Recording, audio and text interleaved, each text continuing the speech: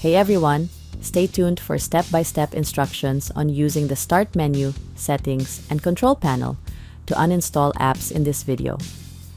3 quick methods to get rid of programs you no longer need. Now let's get right into the tutorial. First method is uninstall through the Start menu. The easiest way to uninstall an app is directly through the Start menu. Here's how. Go to the Start menu and locate the app you want to uninstall. Right-click on the app icon. Select Uninstall from the menu that pops up. This will start the uninstallation process.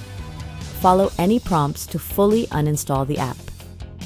Second method, uninstall through Settings. You can also uninstall apps through the Settings menu. Click on Windows or Start menu located at the lower left. Click on Settings, an icon that looks like a gear. Click Apps. Now click Apps and Features located at the left pane. Scroll down and locate the app you want to uninstall. Click on it and select Uninstall. Confirm you want to uninstall the app and follow the uninstall process. Third method, uninstall through Control panel. The Control panel also gives you the option to uninstall programs. Type Control panel at the search bar located at the lower left. Click on Control panel result. Now at Control panel, make sure View By is set to large or small icons. Click Programs and Features.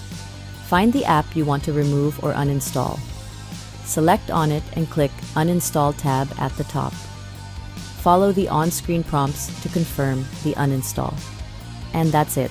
With just a few clicks, you can easily get rid of any apps you no longer need on your Windows PC.